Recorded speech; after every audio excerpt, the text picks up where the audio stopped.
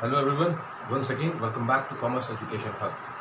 In today's class of BCom second year, in the part of economics, beside Indian Company Act, we will be unlocking an important topic that is known as transfer of shares.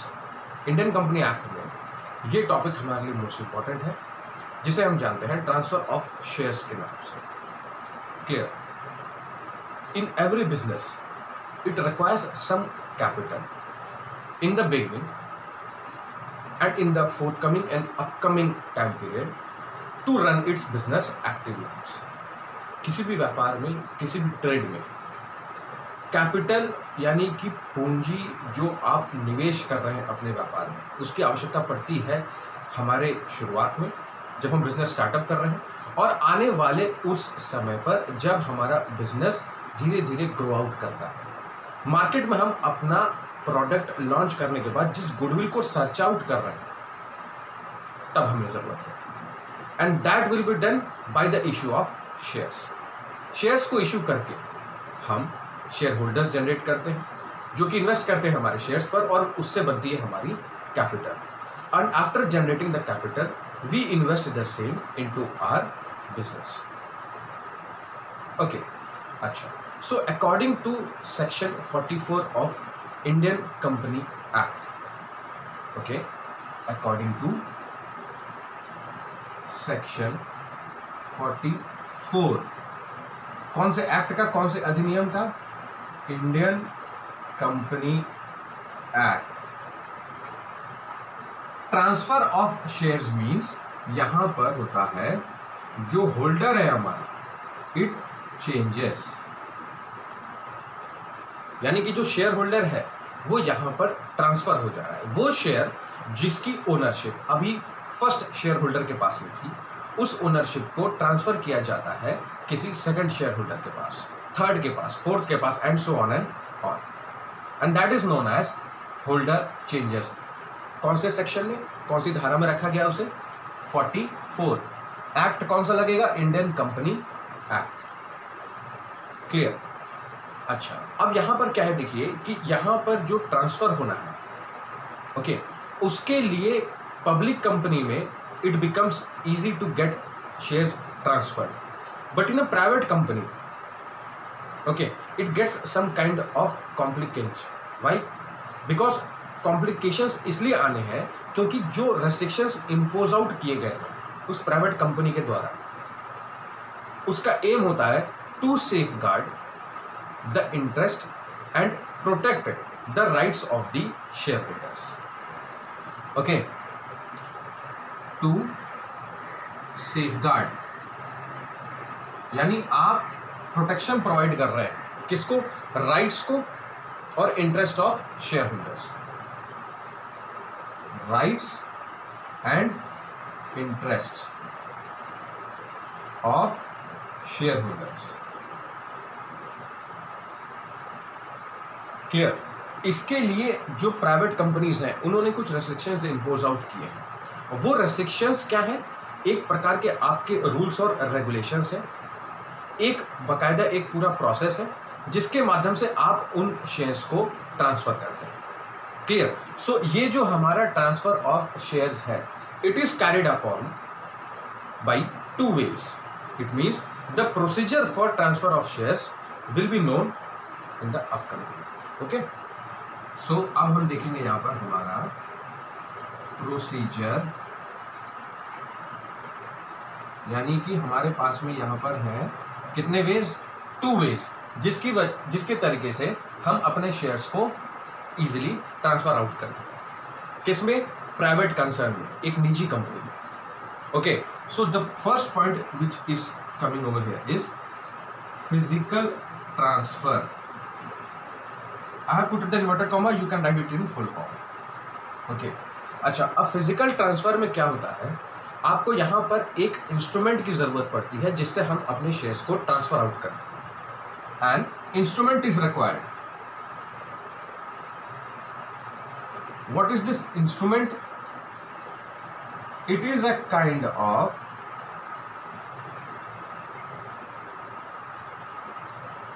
legal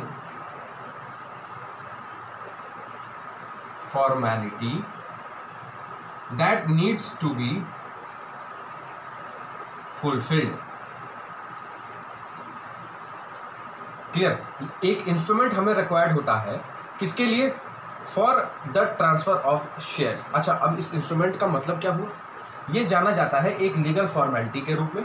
it is known as a legal formality which is need to be done and needs to be fulfilled. Okay, यहां पर देखिए आपको तीन चीजें चाहिए होती हैं. सबसे पहला, ये जो इंस्ट्रूमेंट है इसमें आता है आपका फॉर्म SH4. ये सबसे पहला आपका इंस्ट्रूमेंट हो गया. क्लियर? जिसे हम जानते हैं फॉर्म SH4 के नाम से. इसे आपको फिलअप करना होता है और यहां पर आपको डिटेलिज्म देनी होती है. सबसे पहले ट्रांसफरर की और दूसरा आपका आता है यहां पर transferee. Okay, the transferor will also be filling the form known as SH4 and the transferee will also be doing the same regarding SH4. Okay, the second thing what you require over here is letter of allotment. जो letter of allotment share का आपको beginning में दिया गया था, now जब आप उस शेयर को ट्रांसफर कर रहे हैं किसी सेकंड शेयर होल्डर या सेकंड पार्टी के पास में, तो जो लेटर ऑफ अलॉटमेंट आपको कंपनी ने दिया था उस लेटर ऑफ अलॉटमेंट की भी कॉपी आपको यहाँ पर प्रेजेंट आउट करनी होती है. And the third thing what you require over here is share certificate. ये वो सर्टिफिकेट होता है जो आप शेयर परचेज आउट करने के बाद में कंपनी आपको प्रोवाइड करती है कि now you are the holder of these and these XYZ amount of shares. तो जो शेयर सर्टिफिकेट आपको मिल गया, अब उसी बेसिस पर आप आगे उस पर इन्वेस्टमेंट या उस पर रिटर्न पाने के हकदार होते हैं. क्लियर? सो यहां पर हमने देखा कि जो फिजिकल ट्रांसफर है उसमें हमारे पास में तीन फॉर्मेलिटीज हैं, यानी कि तीन इंस्ट्रूमेंट्स हैं. Okay, here it is known as instruments.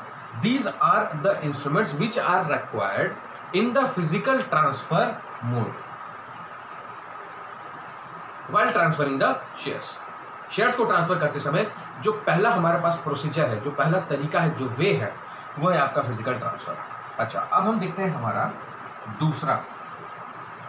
इसे हम कहते हैं, देखिए, डिपॉजिटरी सिस्टम के नाम से. डिपॉजिटरी सिस्टम, इसे एक और नाम दिया गया है डीमैट. ओके, अच्छा, अब ये डीमैट क्या है? देखिए, ये एक प्रकार का आपका इंस्ट्रूमेंट है जिसमें हम we provide financial securities to the instruments in electronic form.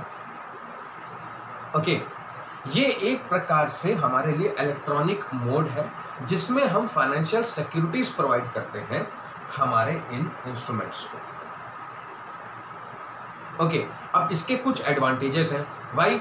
Because in India, Bharat जैसे देश में सबसे ज्यादा यूसेज आउट होता है यह हमारा demat system.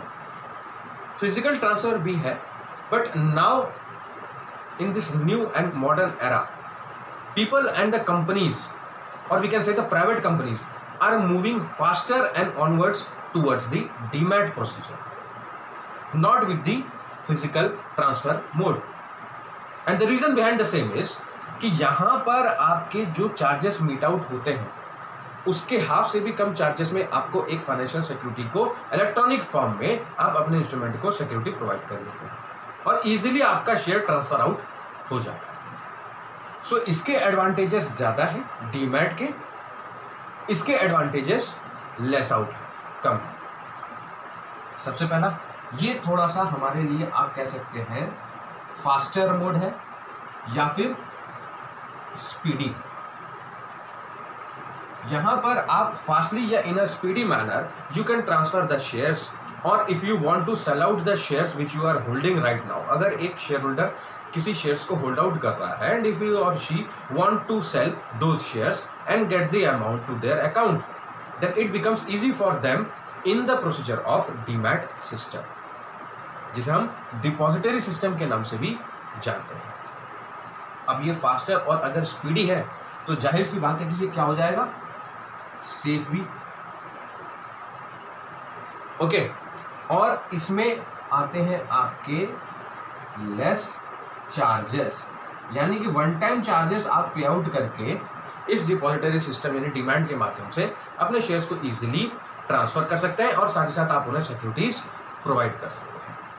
Okay, so in this topic we learned that according to section 44 of the Indian company act, it is said that the holder changes means the share holder changes from one particular share to the another, या आप इसे ये भी कह सकते हैं कि ownership जो पहले एक निर्धारित शेयर होल्डर की थी अब वो ट्रांसफर हो जाती है किसी दूसरे शेयर होल्डर के पास।